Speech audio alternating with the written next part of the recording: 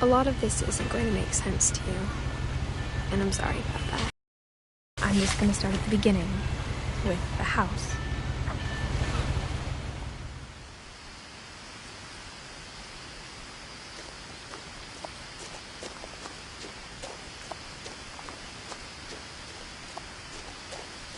I lived here until I was 11.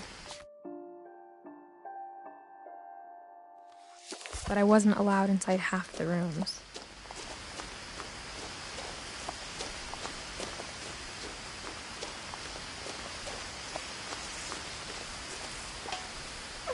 Inside the mailbox were bills from 7 years ago, marked urgent, open immediately. I hadn't been back since my brother Lewis's funeral.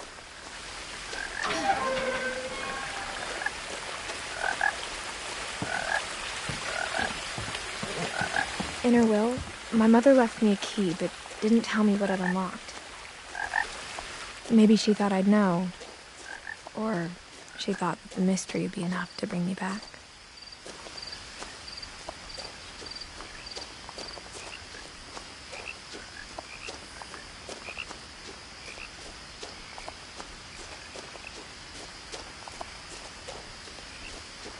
No one had driven this way in a long time, but I saw a few hoof prints.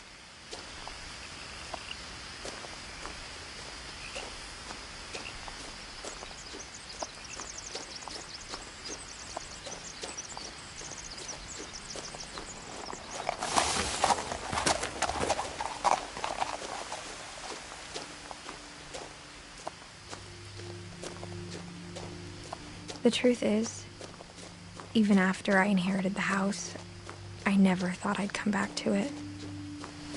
But now I had questions about my family that only the house knew the answers to.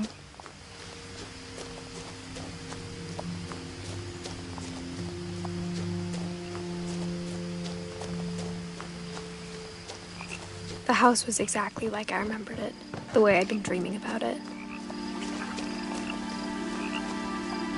As a child, the house made me uncomfortable in a way I couldn't put into words. Now, as a 17-year-old, I knew exactly what those words were. I was afraid of the house.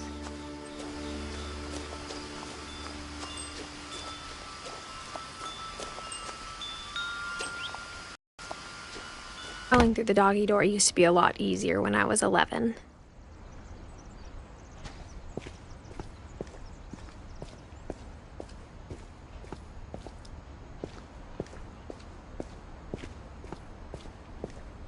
For the first time in years, I felt like I was home.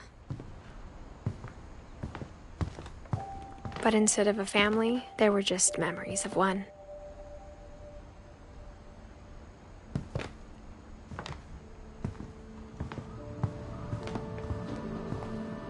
Like how after Lewis started working at the cannery, we all got sick of eating Sally. Nothing in the house looked abnormal. There was just too much of it, like a smile with too many teeth.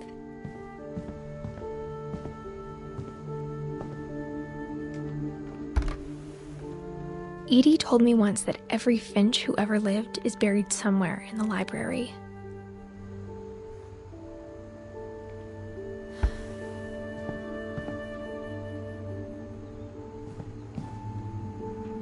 My mom wasn't much of an optimist, but she never stopped believing that my brother Milton was alive.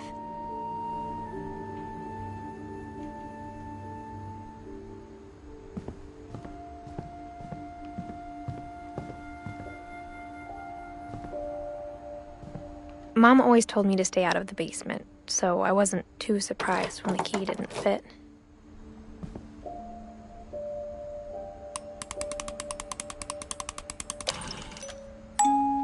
Great-Grandpa Sven built a music box for Barbara, along with the rest of the house.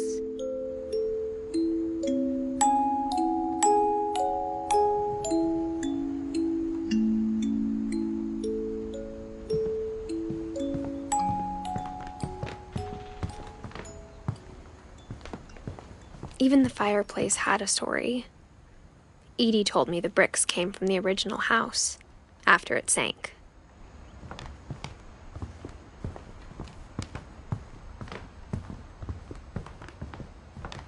table was still a wreck from the night we left. It was like a bomb had gone off, killing everyone but sparing the furniture. My mom was the only one of us who could imagine Great-Grandma Edie living in a nursing home.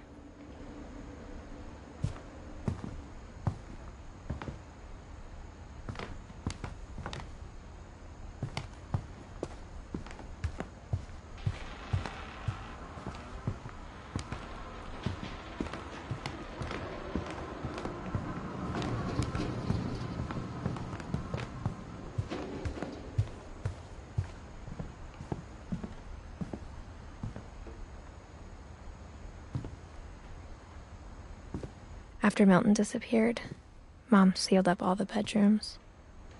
Then Edie retaliated and drilled peepholes.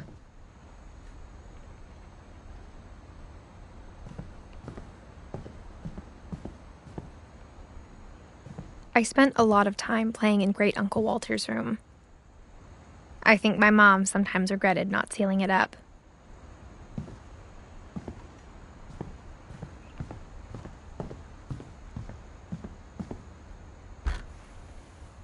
Molly always seemed like a girl I could imagine being friends with, if she hadn't died in 1947.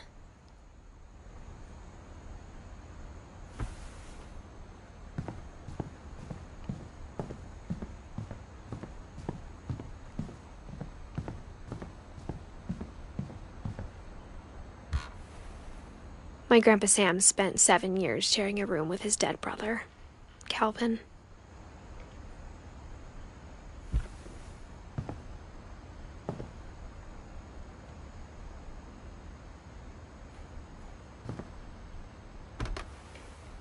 As a kid, I just assumed every house had peepholes and sealed rooms you weren't allowed inside of.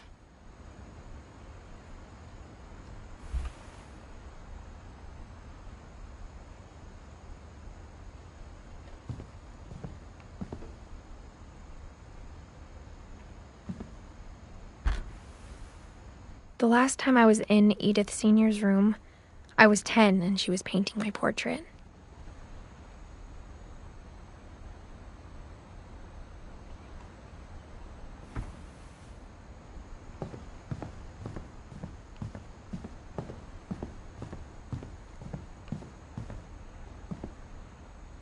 Edie's father, Odin, built the original house.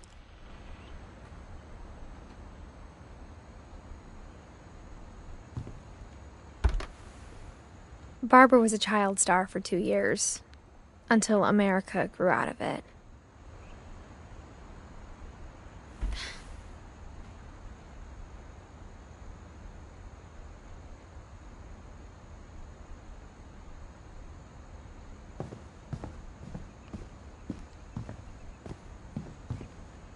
Whenever people ask me about my family, the first thing they always want to know about is Barbara.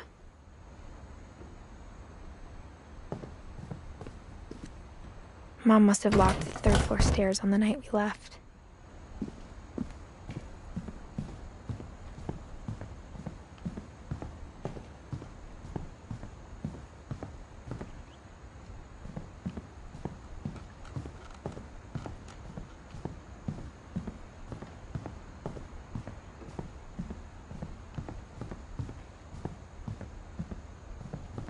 Lewis told me there were secret passages, but I never believed him.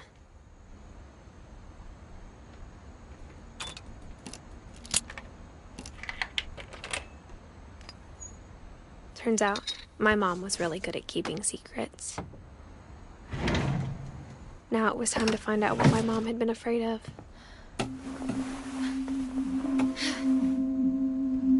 From the paintings on the wall, it was clear my brother Milton had been here before me. Reading this, maybe it sounds like I had a plan. But I had no idea what was behind that door.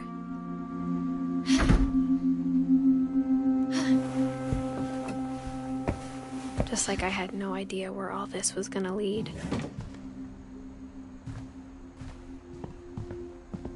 I got the sense Edie had spent a lot of time here, before my mom sealed the doors.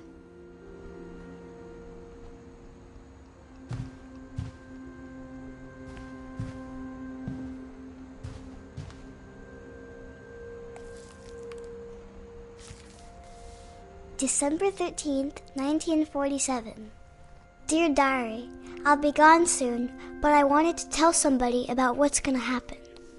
It started when Mom sent me to bed without dinner. I woke up and I was starving, so I looked around for something to eat. The gerbil food was dry, but I didn't mind it.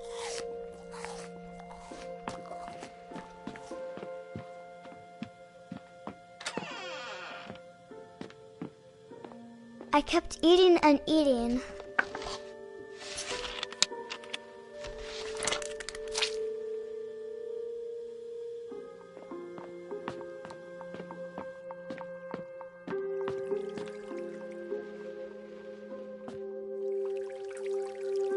I thought about eating Christopher, but I held back.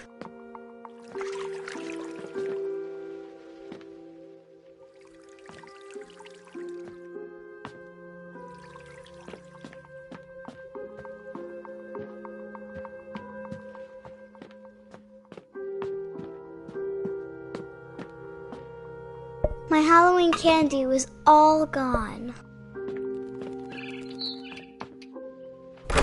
Mom, can I come out now? Sweetheart, it's late. Go to sleep. Then I heard chirping outside my window. It was a barn swallow going back to her nest. I reached out for her.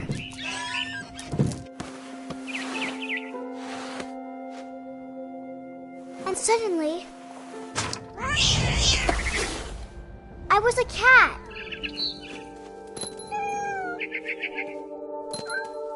I tried to be quiet, but the bird was really scared.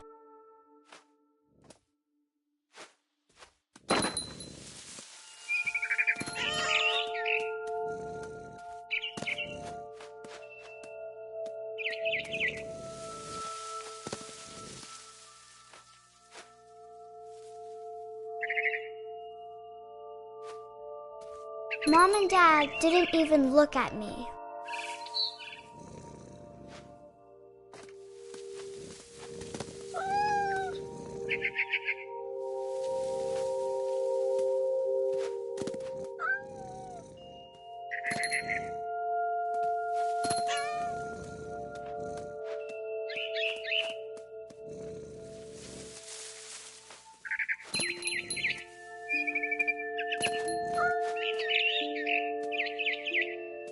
I jumped and I almost got her.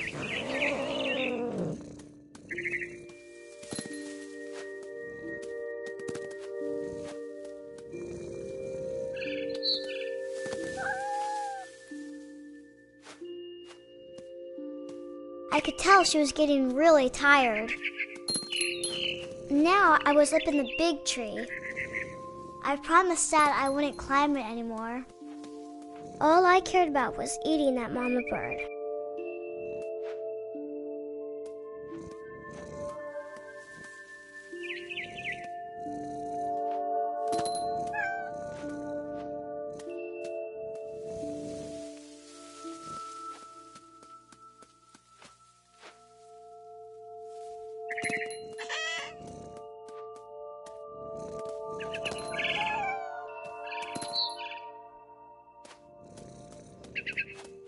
I gobbled her up. And suddenly, I was an owl. First, all I heard was the wind. Then I heard little teeth nibbling in the grass.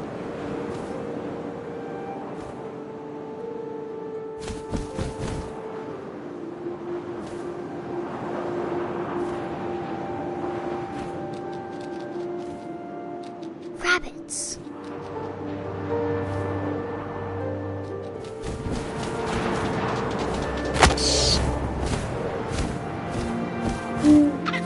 I imagined his face looking up and seeing mine through my talons.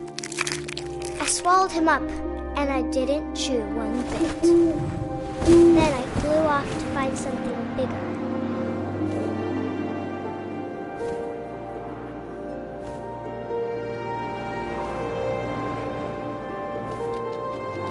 A mama rabbit.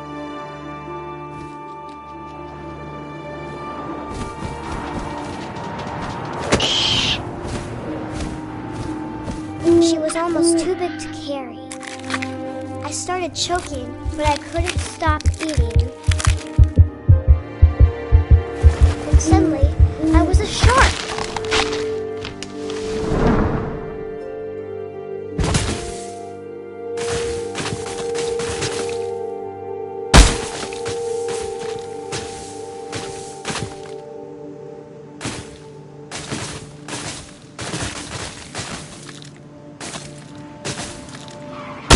I rolled off a cliff and into the ocean.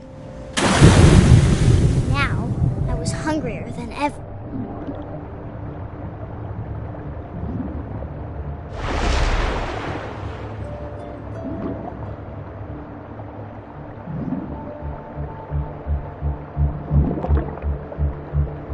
I wanted fat, juicy seals.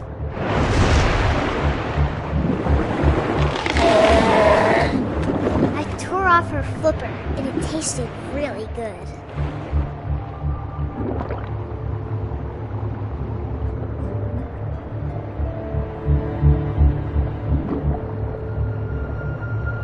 I grabbed on tight. But I was so hungry, I jumped out of the water. When I opened my eyes, everything had changed.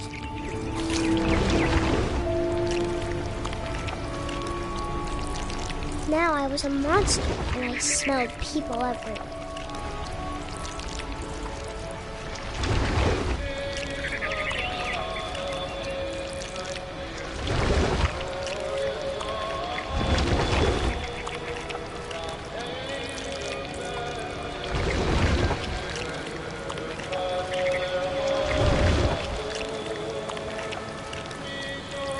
I was big, but I moved real quiet.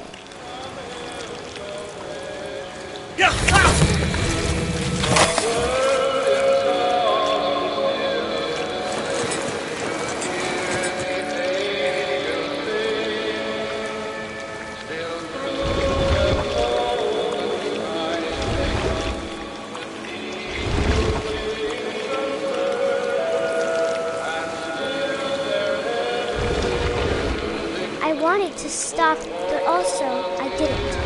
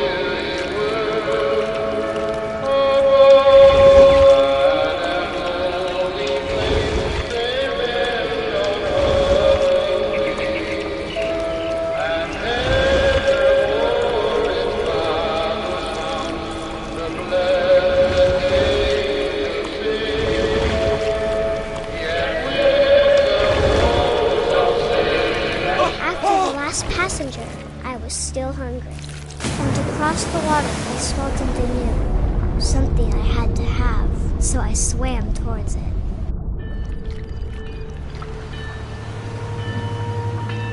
I slithered onto the sand, and the good smell went into an old pipe.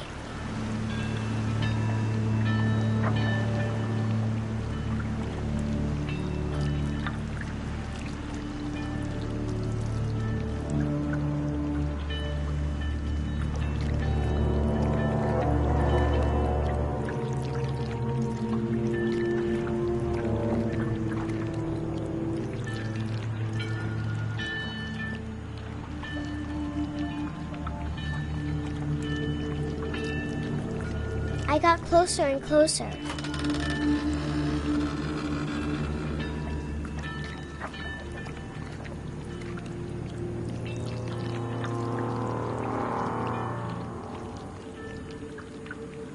All my stomach started growling. And suddenly, I was me again. I held my breath for a long time, but I couldn't hear anything. I think it's waiting for me to fall asleep. But it's not going to wait much longer. It needs to feed, and we both know I will be delicious.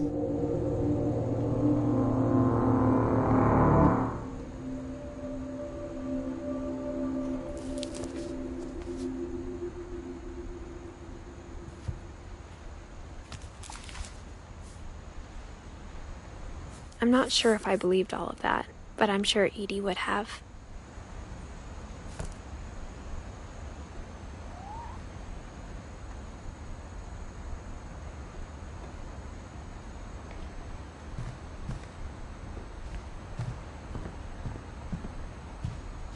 I grew up looking at Molly's room through the peephole.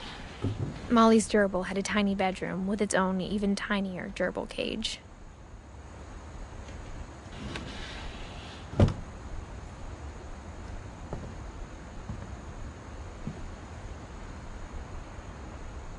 Being inside for the first time, I felt like I'd stepped behind a painting. I can't describe it, but I felt like some part of Molly was still here.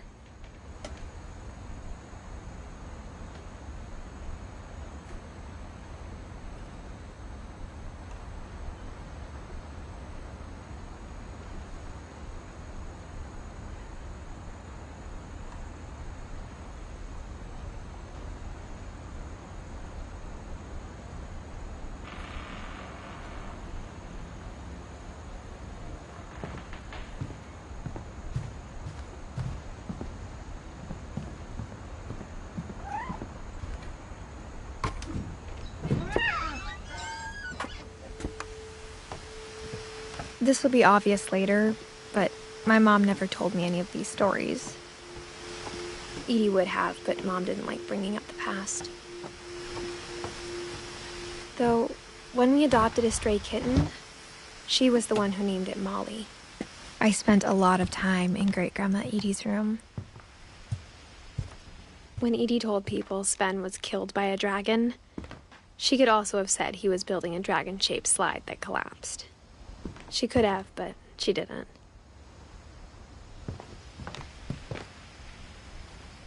One summer, they evacuated the island, but Edie refused to go.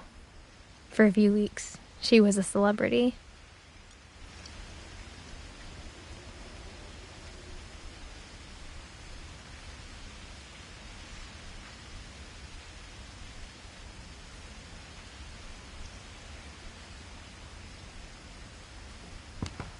Edie gave a big interview about a mole man living under the Finch house.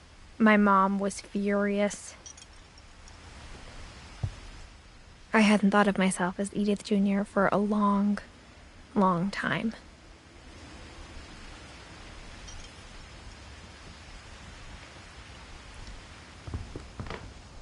Even in her 90s, sometimes Edie seemed a lot younger than my mother.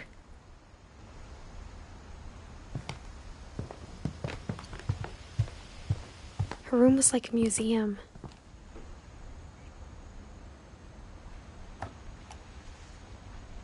For 500 years, the Finches have been famous throughout Norway for their fortune. and misfortune. Odin Finch buries the latest victims of the family curse, his wife Ingeborg and their newborn son, Johann.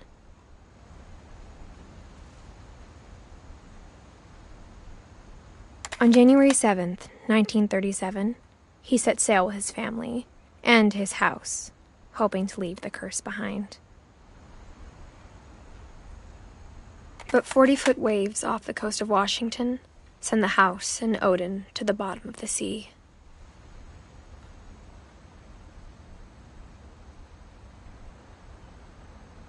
Odin's daughter Edie, with husband Sven and baby Molly, step ashore on their new home, Orcas Island.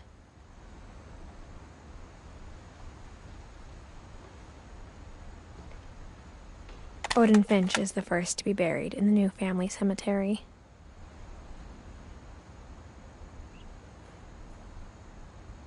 His daughter Edie is already dreaming of a new Finch house.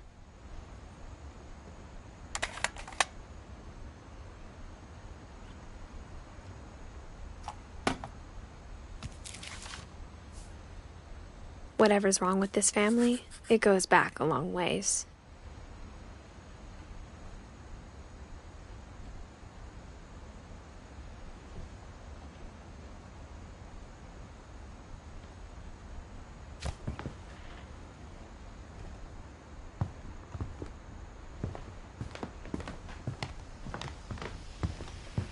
Edie knit me a new pair of gloves every year, just in time to replace the old ones.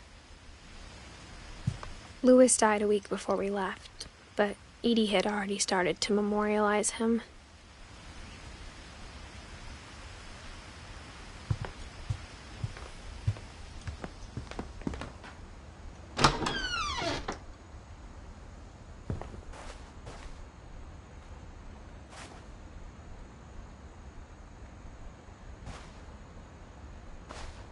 The only trace Grandpa Sam's first wife, Kay, left on the house was the pink bathroom. It was a pretty big trace.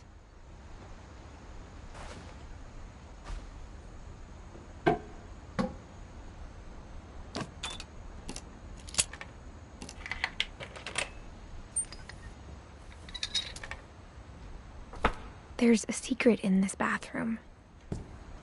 It's in the last place you would look. It isn't in the cupboard.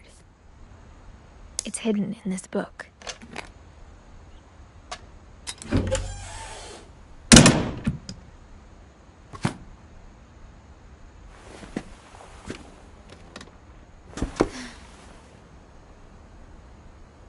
Sven gave Sam an old camera he'd refurbished. He never put it down.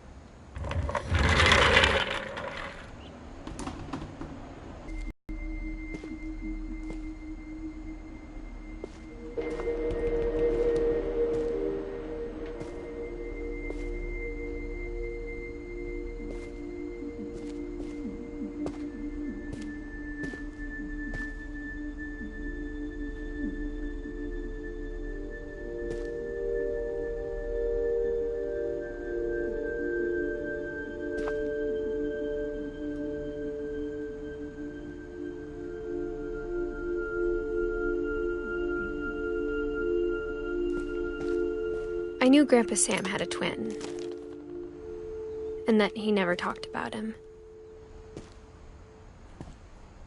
I guess my grandpa didn't like history any more than my mom did.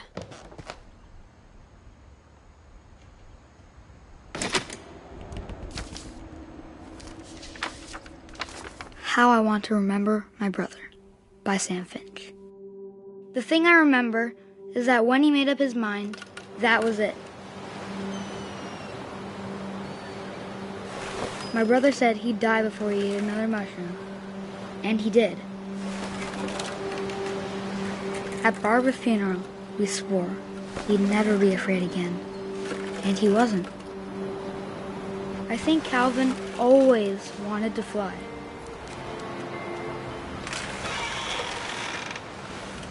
Sam! Calvin! Dinner's ready! Coming! But that day, he finally made up his mind to do it. I told him going around was impossible. Maybe if I hadn't said that, Calvin! I'm not gonna tell you again! maybe if the wind hadn't picked up, then maybe he'd still be here. But I doubt it. I think he'd already made up his mind. That's what I want to remember about my brother.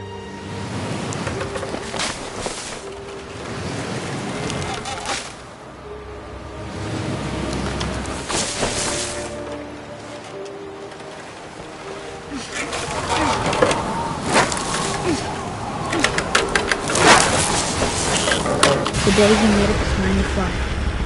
And he did.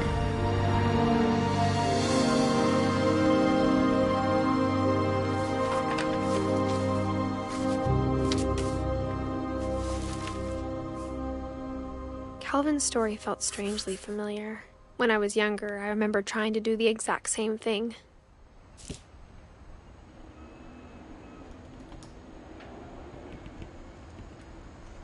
After the funeral, Edie roped off Calvin's half of the room.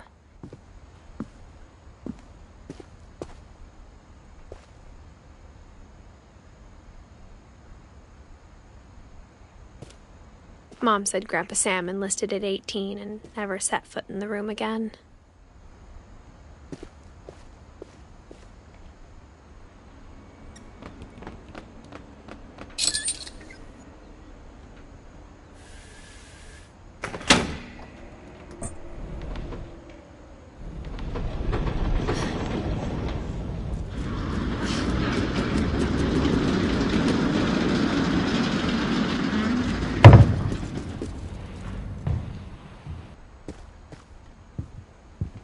The passages were a pretty tight fit.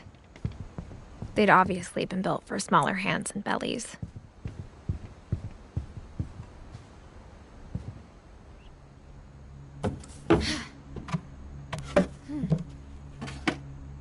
Growing up, I always thought of Barbara as a child star.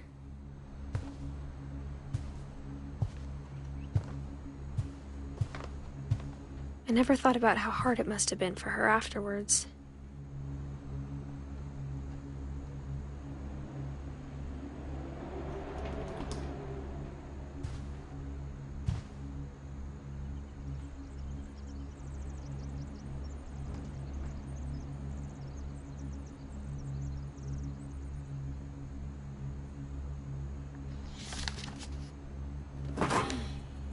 Of all the stories people wrote about Barbara's death, I'm surprised Edie saved this one.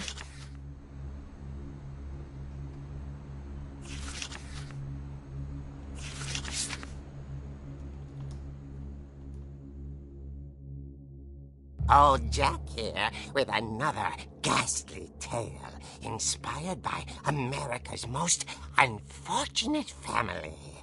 I'm calling it The Surprise Ending of Barbara Finch.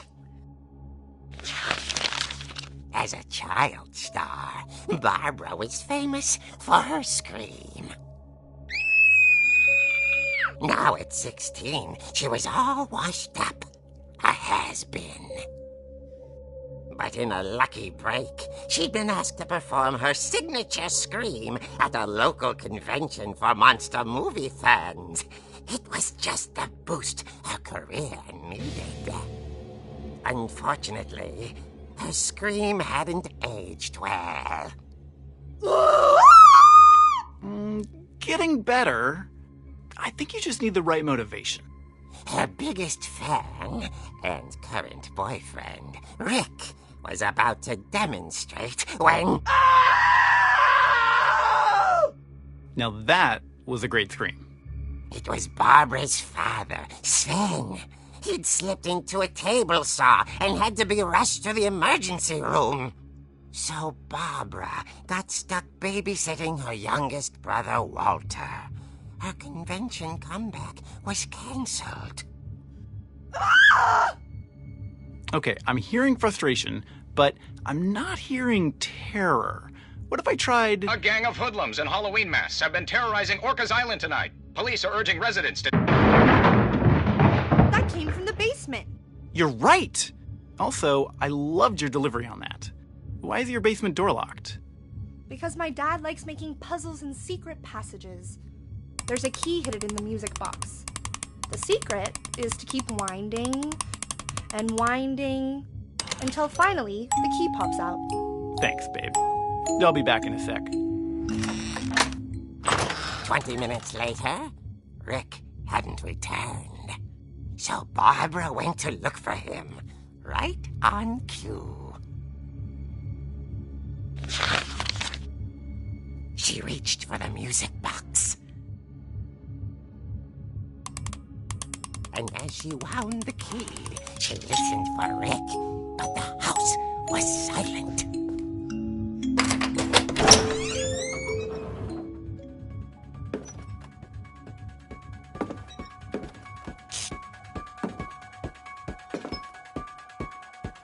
She found Rick's crutch and imagined the worst.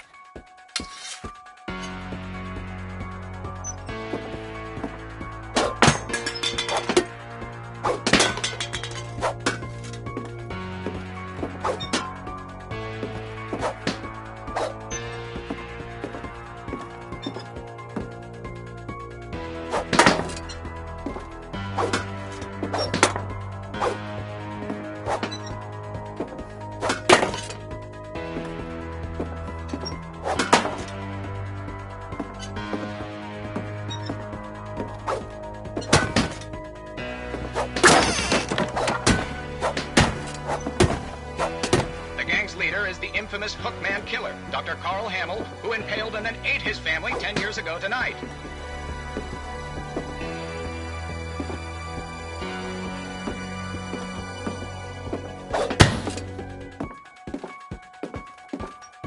The old fridge rattled and grew still. Oh dear!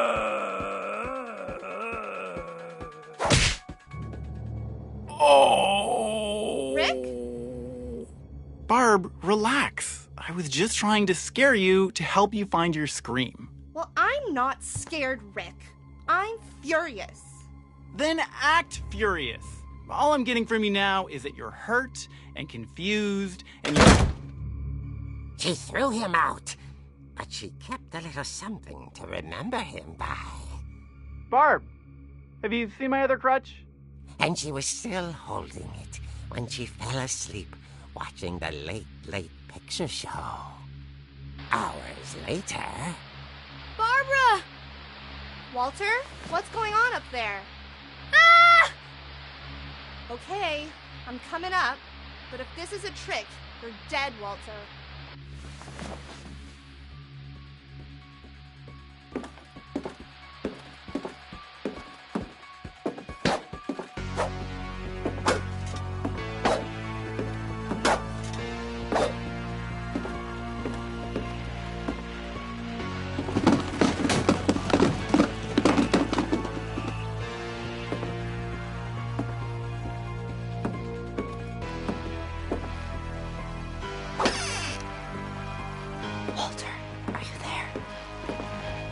Walter had vanished, but his bedside radio was still on.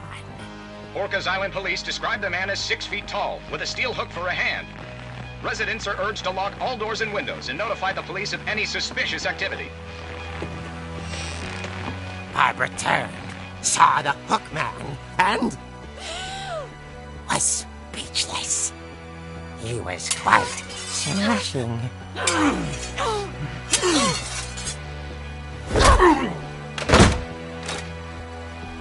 And where he was, he couldn't get enough of Bob.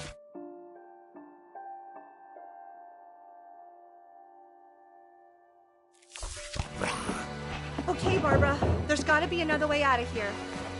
That night, she played her part beautifully.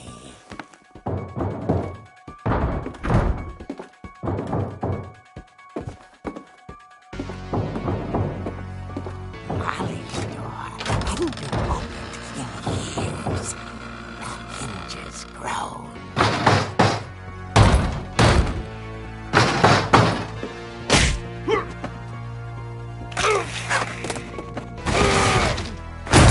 He wasn't moving, but she sensed the story might not be over yet.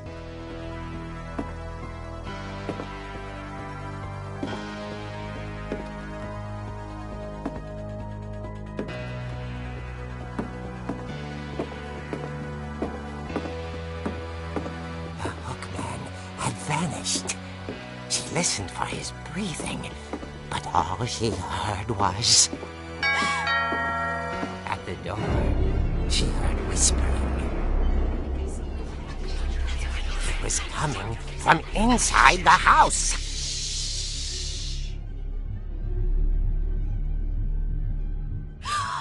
Oh dear. The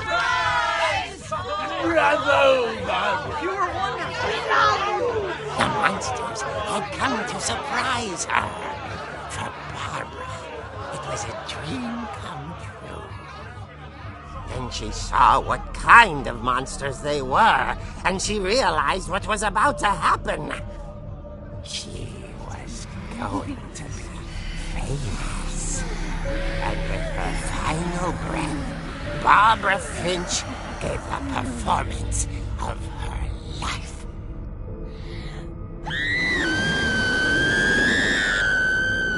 I wasn't there myself, but I hear Barbara was magnificent.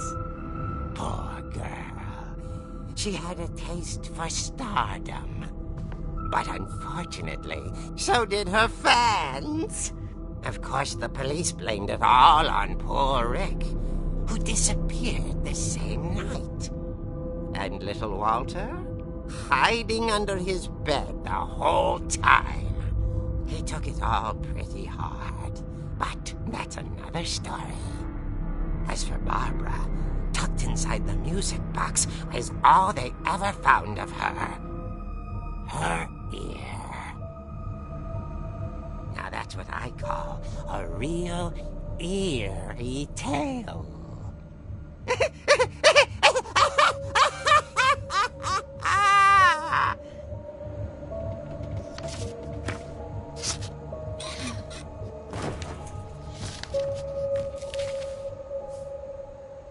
Edie told me all Barbara wanted was to be remembered, as absurd as that comic was. Maybe what Edie saw was a happy ending.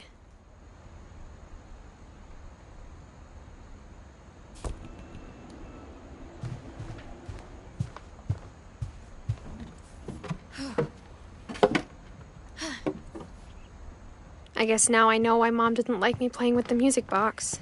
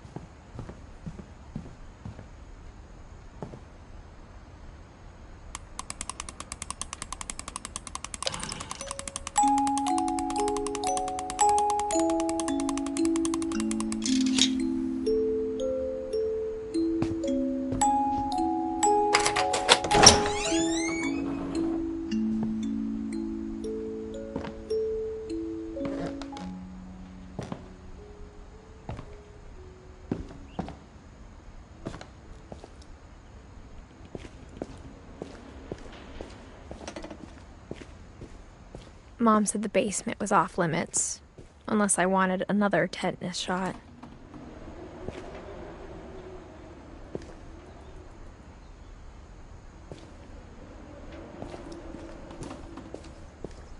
I saw Edie sneak down to the basement once, carrying packages. thought maybe she was hiding presents. It turned out she was hiding a lot more than that.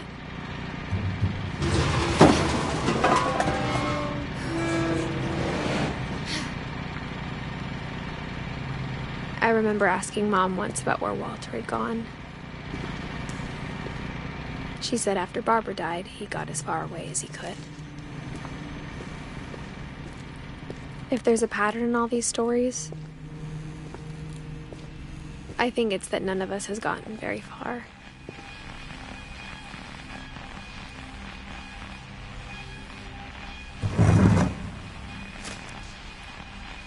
Goodbye, everyone. I can't believe I've been down here for 30 years. On that first day, after the shaking started, I didn't think I'd survive a week.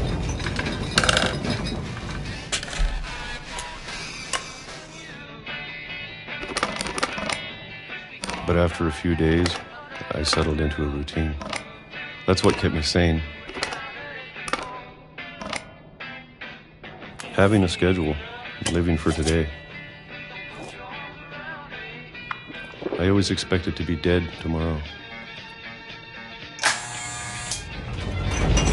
But if you wait long enough, you get used to anything.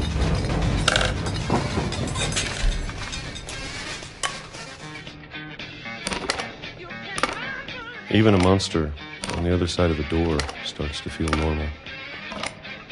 Almost friendly.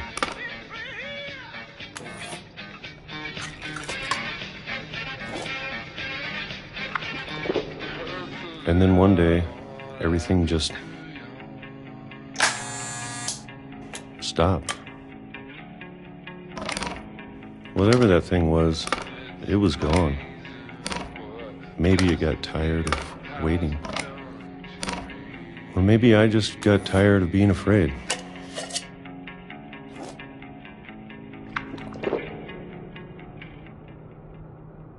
It's been a week now, the longest in 30 years. I'm done waiting. I have to leave while I still can.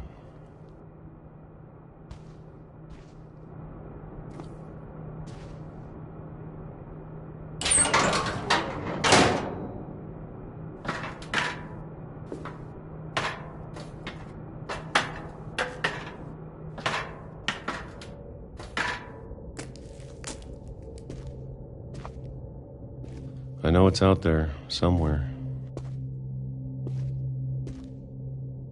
Whatever killed Barbara and Molly and Calvin. Maybe this is all a mistake. But I need to stop living the same day, even if it kills me.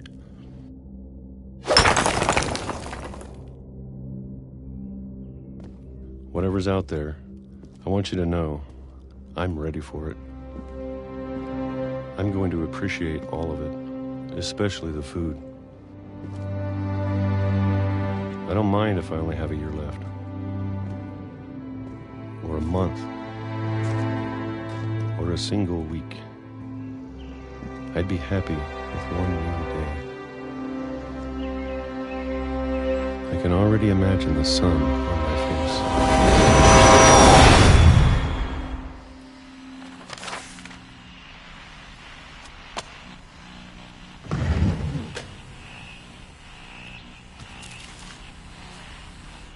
Walter died when I was 6.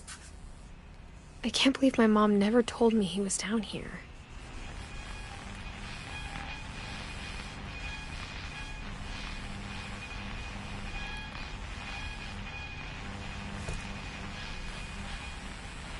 I'm sure my mom was trying to protect me.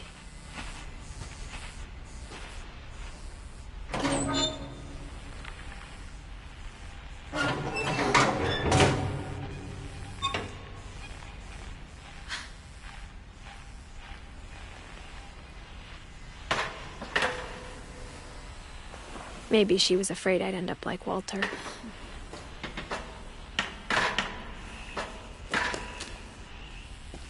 But if she never told me about an uncle under the house, I can only imagine what else she was hiding. I don't want to make the same mistakes she made, trying to bury something that's still alive. Now that there's only one of us left, or maybe two, I thought it was time I heard the stories for myself and found out what happened to everyone else. But now I'm worried the stories themselves might be the problem. Maybe we believed so much in a family curse, we made it real.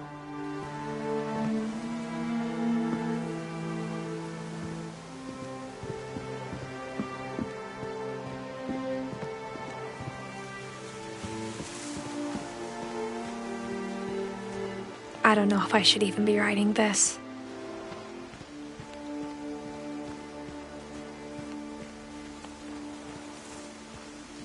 Maybe it'd be better if all this just died with me.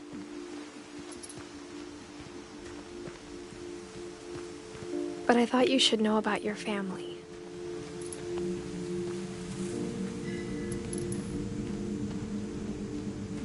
And the history you're a part of.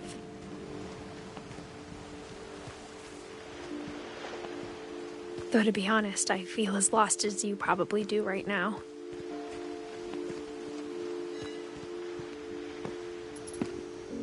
I think the people in these stories believed them, for what that's worth.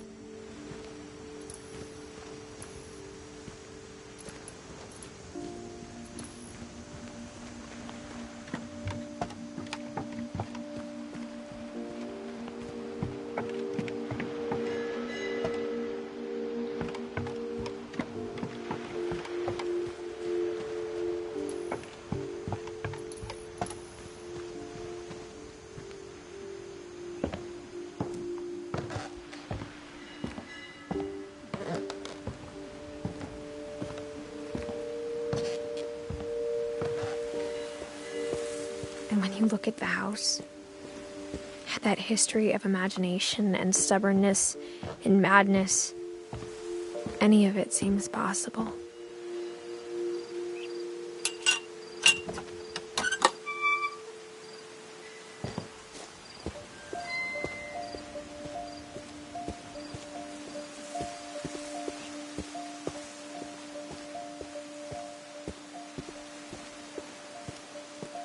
I think we've been surrounded by death for so long, we've just gotten used to it.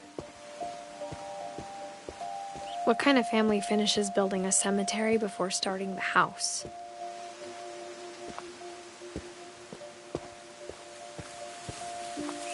It's embarrassing for me to admit this, but the pet cemetery made me more uncomfortable than the human one. 3 of the gerbils were mine, and 2 had been my fault.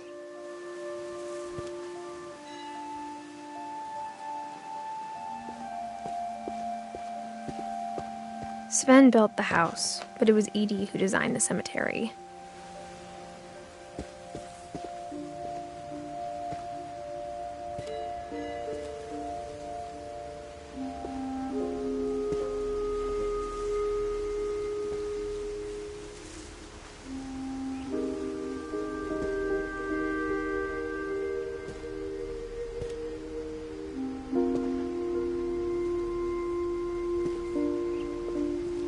I'm sure Odin's monument had been Edie's idea.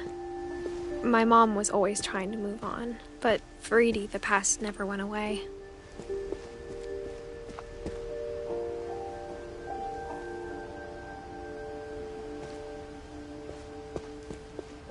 She could see it poking out of the water at low tide.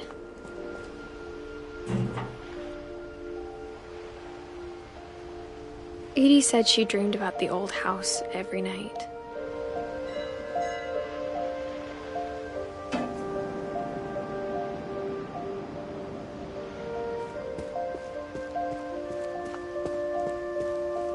Edie's side was always easier for me to understand. But the older I get, the more I can see where my mom was coming from.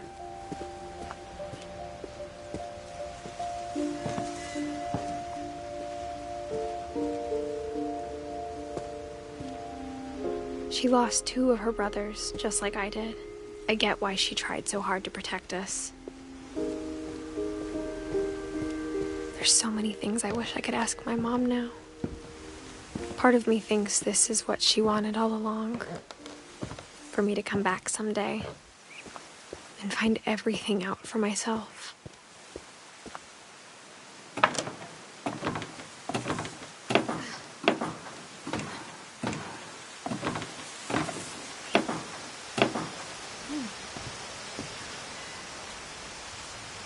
But looking back on it now,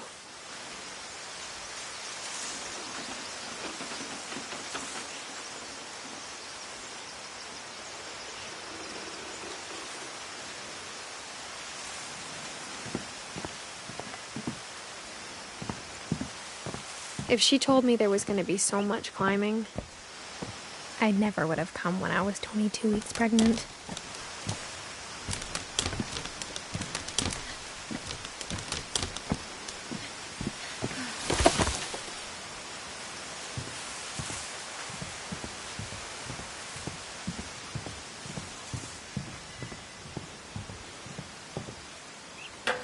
I never met Grandpa Sam, but I think he and my mom had a lot in common.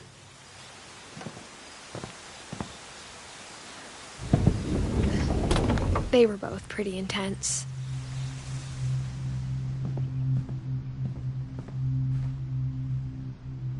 Sam spent his life shooting photos, but Mom said he got nervous being in front of the camera. I guess we're all afraid of something.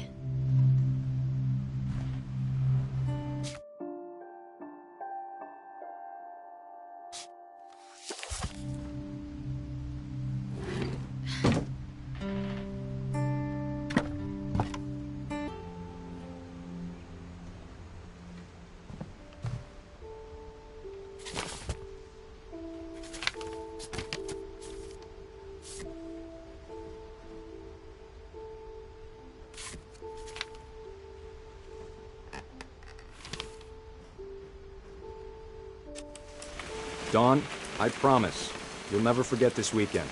Yes, sir. These memories are gonna last a lifetime. Mm-hmm.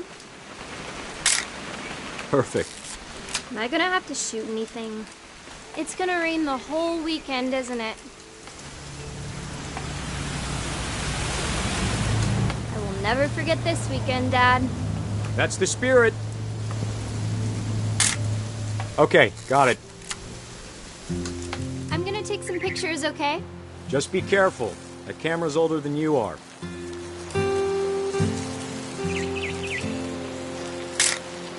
Aw. You're right, Dad. It's starting to clear up. Still freezing, though.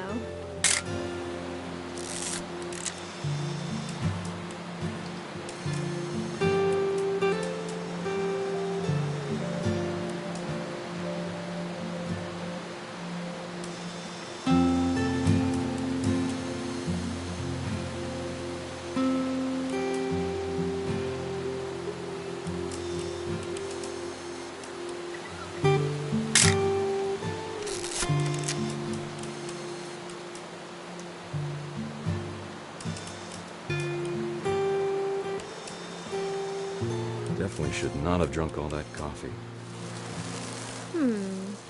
Hold still while I take a picture of you. I definitely won't be moving. Are you done yet? Hey!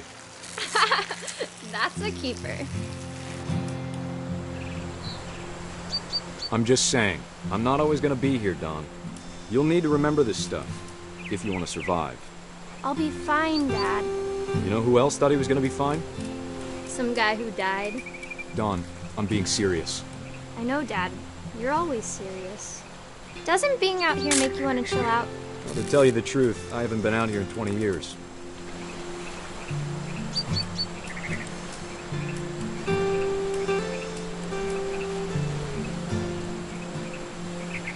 Last time I was with my brother. Dad! Good eyes, Dawn. Before you take the shot, let me get a picture of you.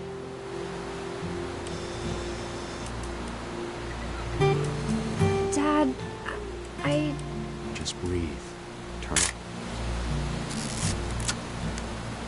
Let me get behind you. Do I have to do this? Dawn, you don't have to do anything.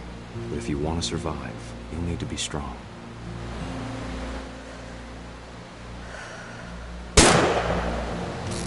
Great shot, Dawn!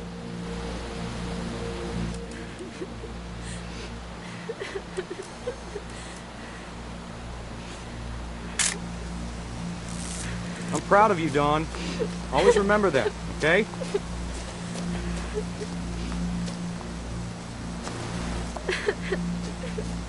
Dad, it's twitching. I think That's it's totally normal, Dawn. Just focus on the camera. Try not to think about... Dad!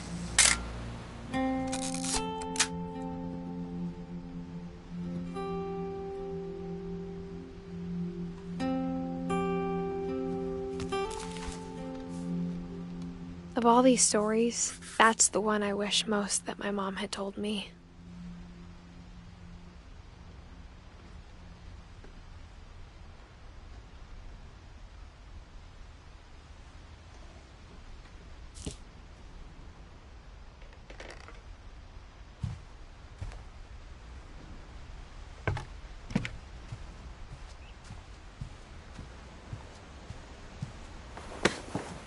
After Sam died, my mom and Edie got really close. They'd both lost a lot.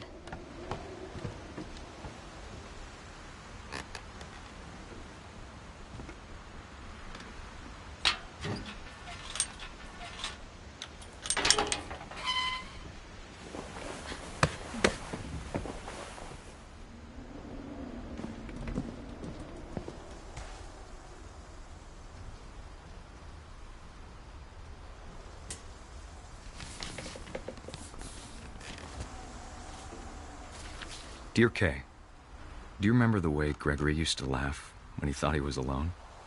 Like something funny was happening, but only he could see it.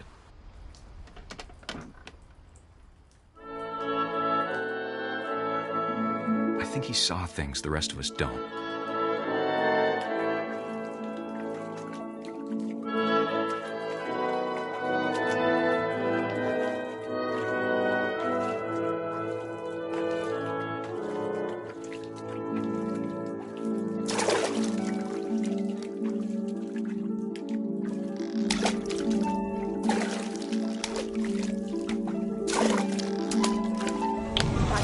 Gregory, it's time to... Hold on, sweetie. Hello? Sam, I told you I don't want to talk right now. I wonder what he saw.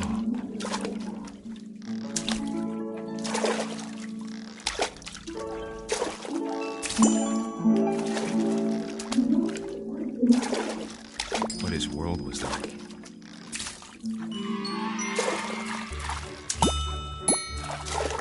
He reminded me so much of Calvin. Lost in his imagination. Whatever it was he saw, it sure made him happy.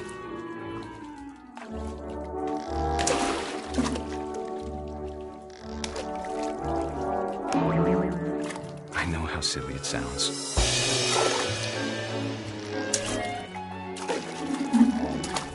That I worried about a baby being too happy. But I could feel him slipping away. Sorry about that, Gregory. I know you did everything you could. Maybe if I hadn't called that night.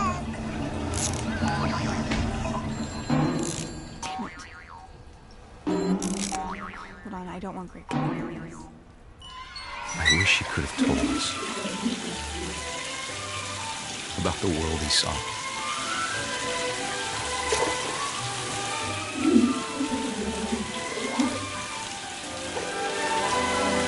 Hey, there's so much I don't understand. about Gregory. About everything.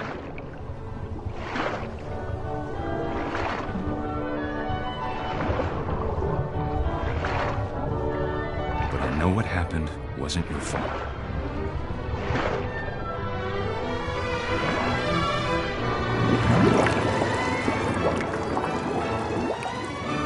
I'm sure he's happy. And he'd want you to be happy too. Good luck, Kay. Love, Sam.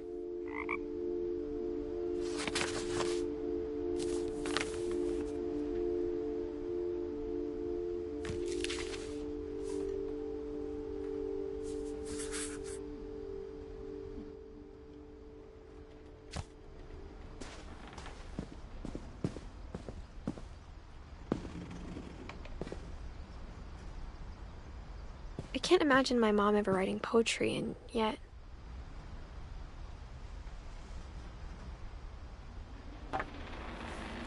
A poem for Gus, who always said the wedding was a bad idea. Our father never hit us kids, at least not very hard, before the day my brother said with teenage disregard that he'd be dead before he'd see a wedding in our yard.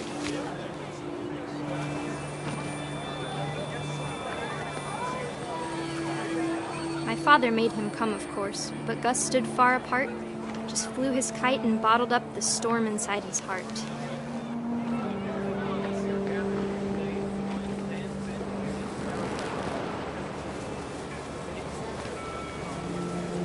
I tried to talk him out of it, but though he'd never met her, "We don't need a stepmom," were the words that I now pronounce you husband and wife.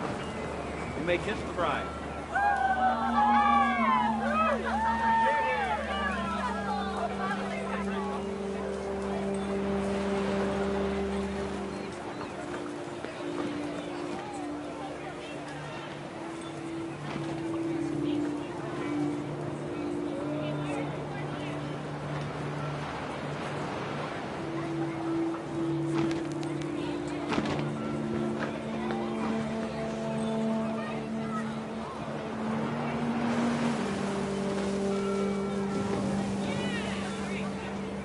When the time for photos came, Dad ordered him to come here.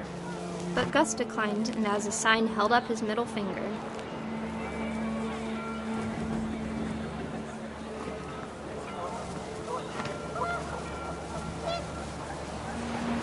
The wind picked up, and panicked geese appeared and quickly went.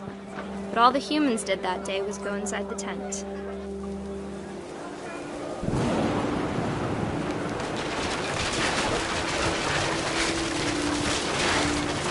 The rain came down in buckets then, but no one seemed afraid that nature might destroy the tent our dad had crudely made.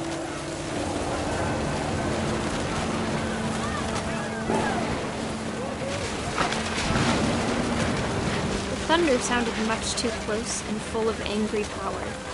But all my father said to this was, "Make the music louder."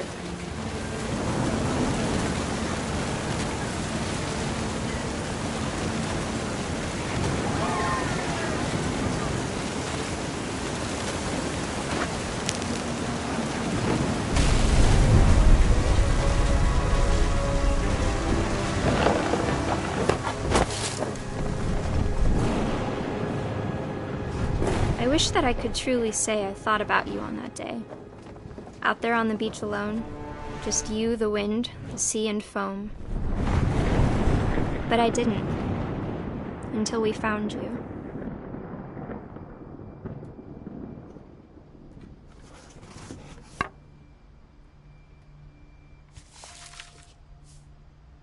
She never talked about him, but Mom told me once if I was a boy, they were going to name me Gus.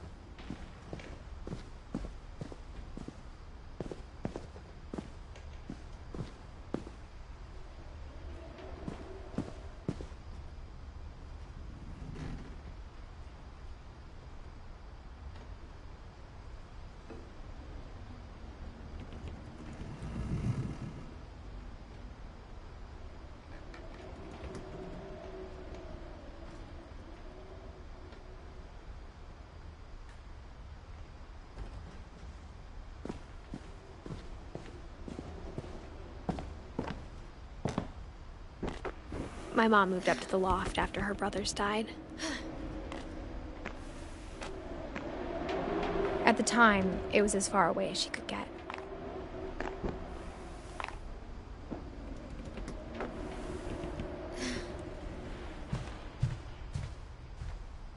She spent a summer building houses in Calcutta, where she met my dad, Sanjay.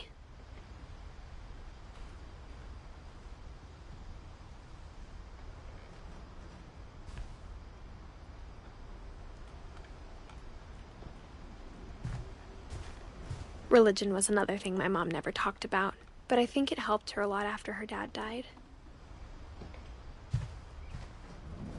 My mom moved to India a week after graduation and got a job teaching English. Louis was born a year later.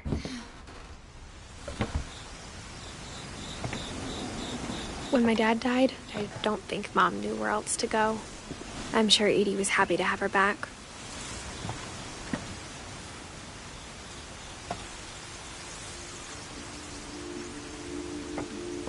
The house had to get a little bigger, but Edie was used to that. And for a while, things were good. Almost normal, but it didn't last.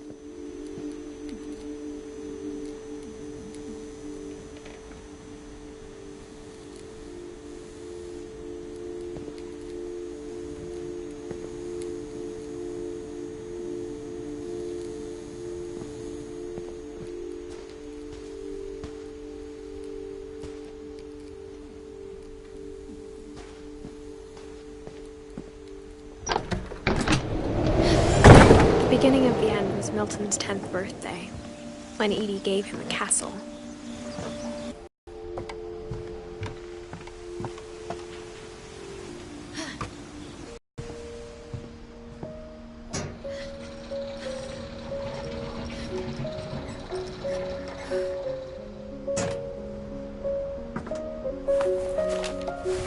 Milton Finch in The Magic Paintbrush.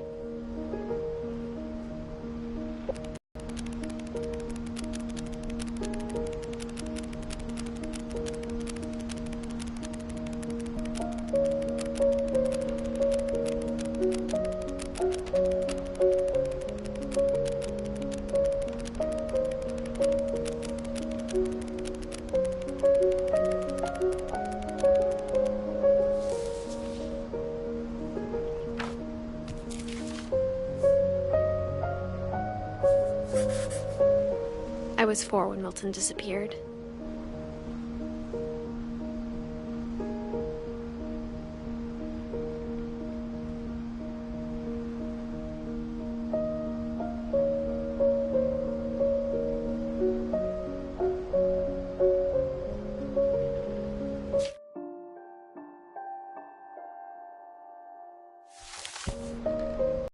Mom spent months searching for my brother.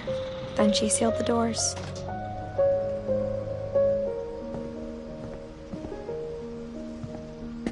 Whatever Milton had found in the house, Mom didn't want it getting out.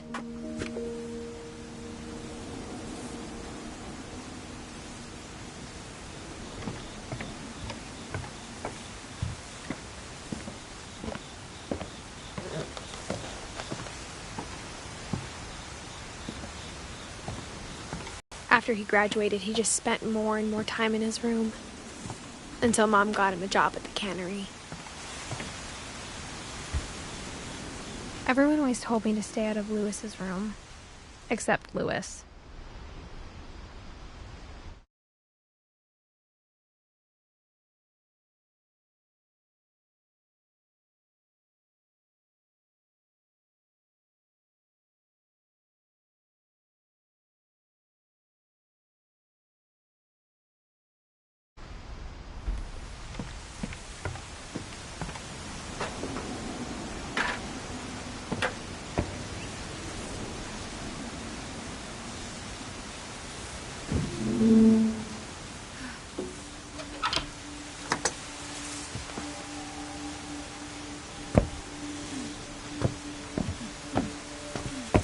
Louis's room smelled very, very familiar.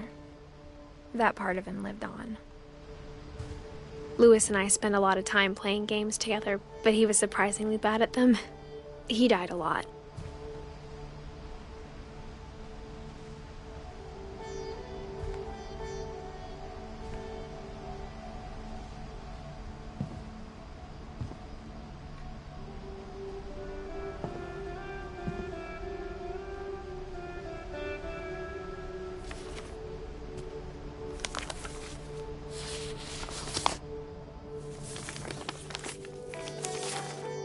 Dear Mrs. Finch, as Lewis's psychiatrist, I can understand your desire for an explanation.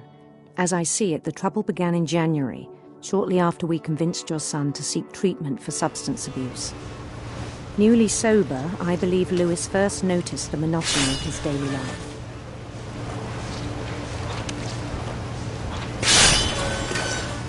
He kept working at the cannery, but he withdrew part of himself. In our sessions, I saw the same behavior. His mind began to wander. I asked him to describe it. He said he started small, imagining a labyrinth. He'd feel his way about. Then something moved. Bats and toads. And things that have not names. He knew it was all in his head.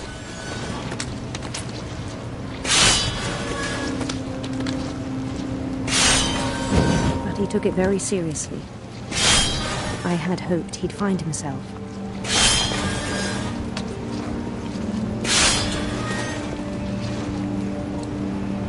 But he found something more. I worried about him then. Daydreaming at the cannery. I spoke with his boss. But he said Lewis had become a model employee. Methodical, tireless, focused.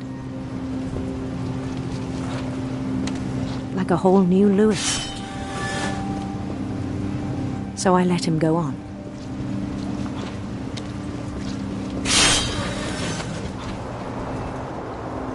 I even encouraged him. It seemed very promising at first. He told me he'd made a new friend.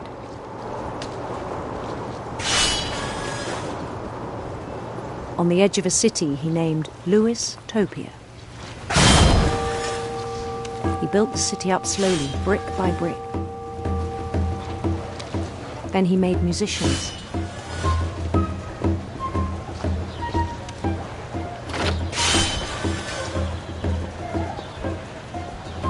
And songs for them to play. He talked about starting a band.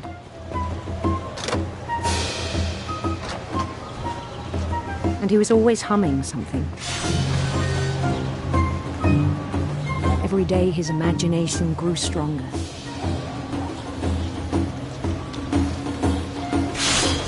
He no longer spoke at the cannery.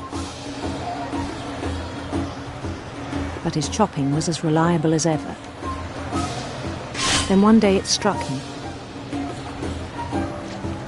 that all the cheering crowds, even the stones under his feet, were all in his imagination, so he could do whatever he wished.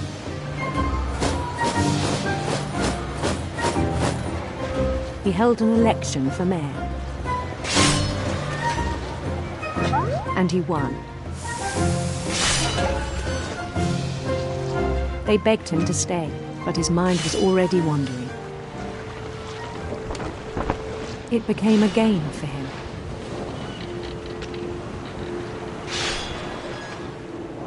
He'd conquer a city, then immediately push on. New Louisville. St. Louis. He started drifting away from our reality.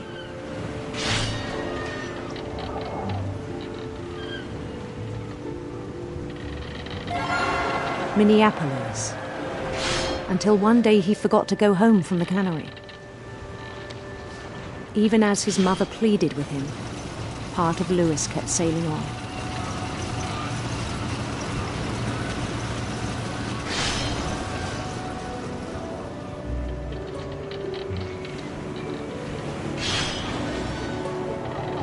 In Lewisburg, he heard rumors of a handsome queen.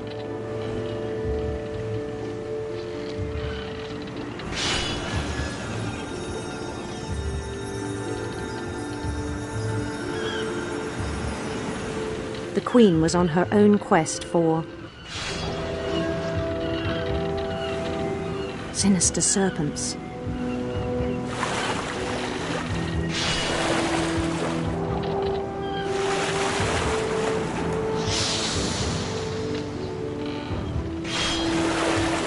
He followed the sound of her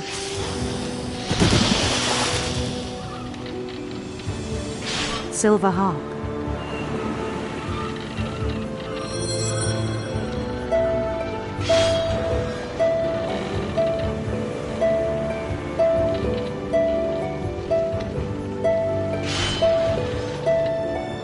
His chase led him to a golden palace east of the sun and west of the moon. Even then, his logic remained sound.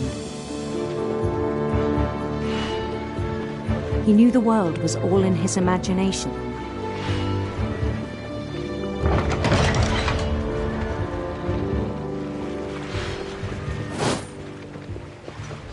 But he was so proud of having created it. In his own eyes, he'd become something greater than a king.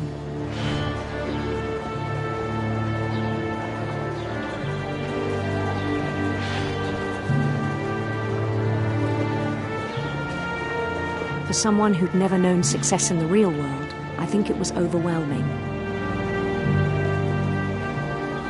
And then it struck him that the real Lewis was not the one chopping salmon, but the one climbing the steps of a golden palace.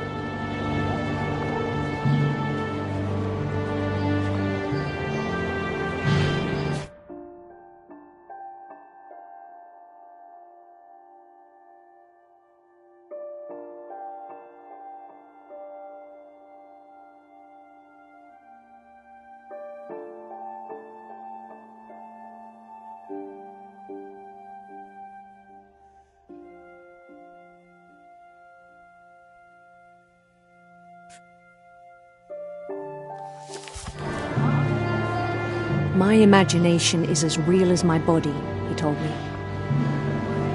It was hard to argue with him.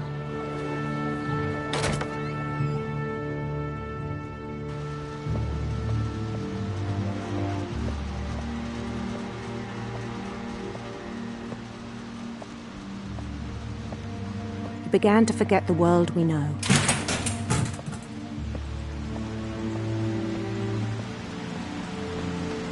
I think it pained him to remember Lewis, the cannery worker.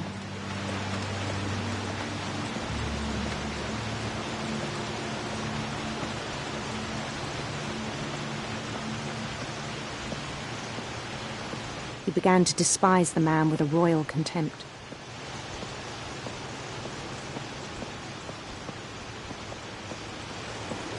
I still thought I could save him.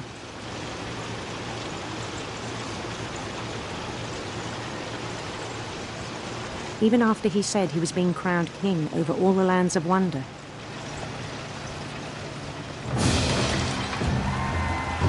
The palace would be packed with his companions.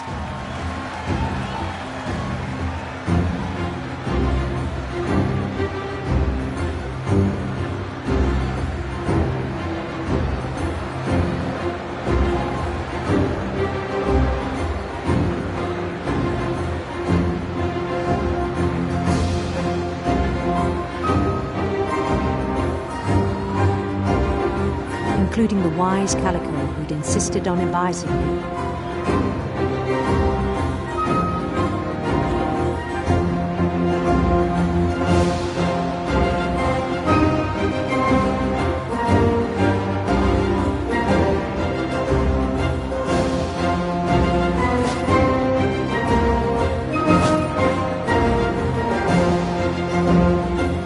Queen waited, holding his crown.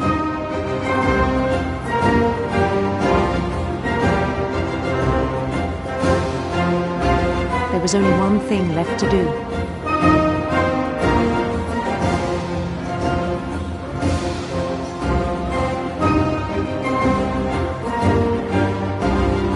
Bend down his head.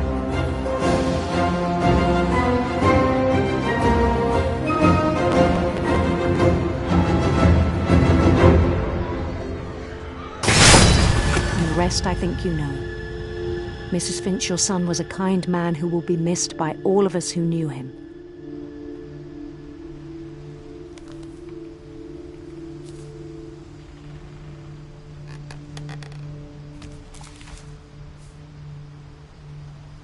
My brother was really cool. I wish you could have met him.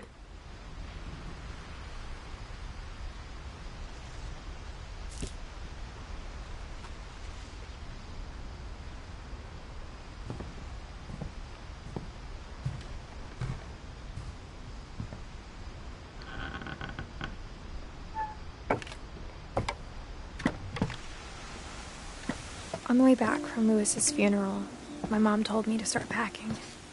She waited until the day before we left to tell Edie. I'm not sure if she wanted to make it easier or harder.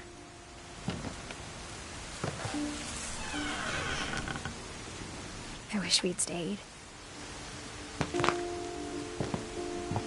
But I understand why we left. What happened that night had been coming for a long time. Maybe it should have come sooner.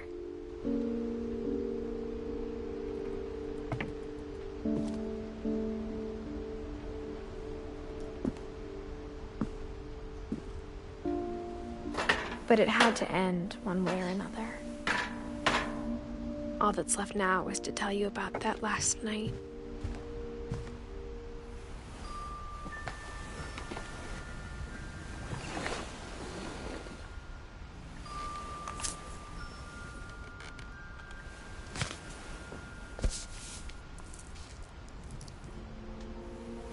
That whole last day, Edie just watched us pack and didn't say a word. Until supper, when she raised her glass and said, "To our final night together, and all our final nights apart." Grandma, you know what I said about alcohol. Some of your medications are very Edith, specific. I left a present for you in the hallway. Why don't you go open it? The grown-ups have to argue now. I'm sorry, you're right. We're all leaving tomorrow. Let's just enjoy our last... I'm not leaving. Edith, you're excused.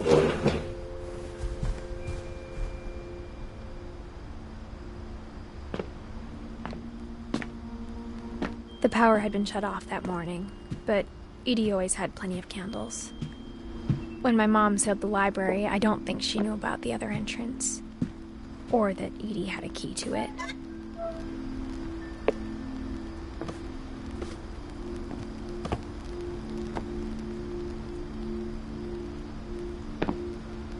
That thing you're afraid of isn't going to end when you leave the house.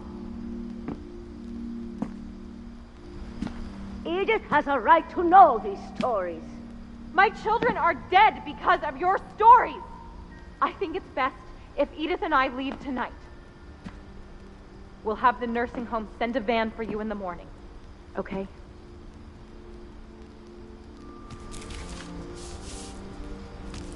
Dear Edith, there's so many stories I wish I could tell you, but there's only time for one.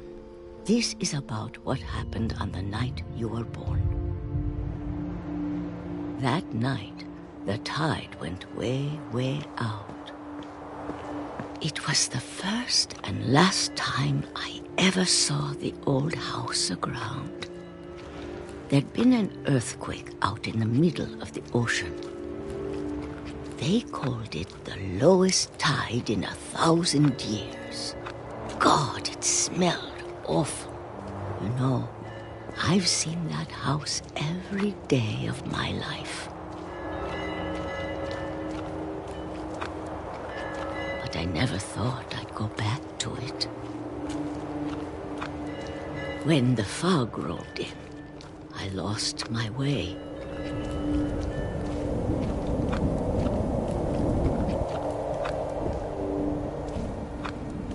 I got turned around.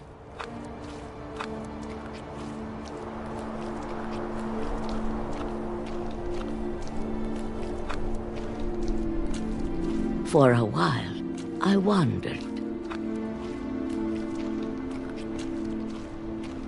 I started seeing things.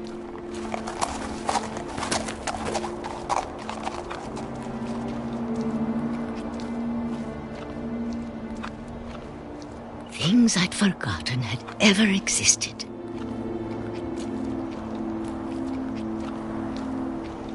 But when I saw them, they felt like old friends. That night, a lot of things came back to me.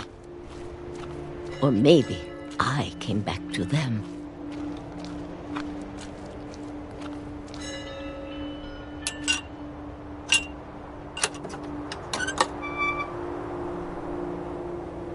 Things I can't explain, but that I need you to try and... Edith, what are you doing in here? It's mine. Edith! Mom, you're gonna rip it! Let go! I kicked and screamed, but Mom dragged me to the car. I never saw Great-Grandma Edie again. The next morning, the van came to pick her up, but she was already gone. After that, we moved around a lot.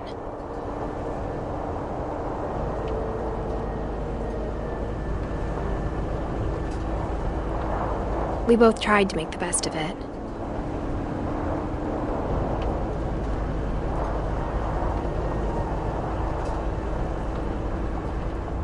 A few years went by.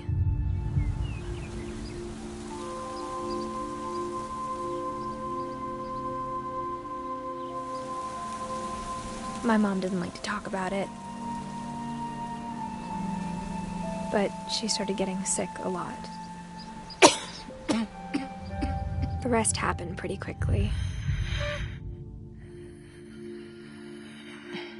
She got better for a while.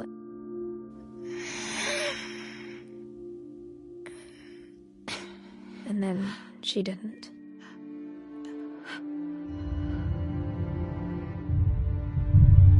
And then I was alone.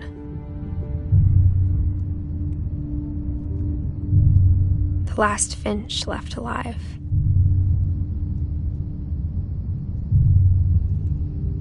Until I found out about you.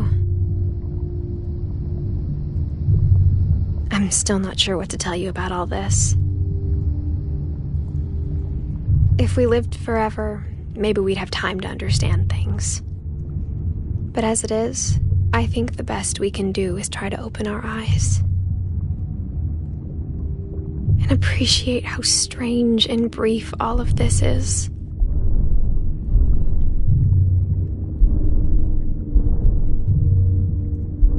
This journal was supposed to be for you. But now I hope you'll never see it. I just want to meet you and tell you all these stories myself. But I guess if you're reading this now, things didn't work out that way.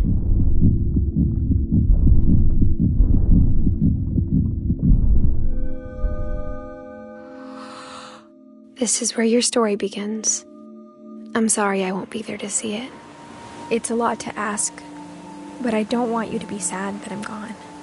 I want you to be amazed that any of us ever had a chance to be here at all. Good luck.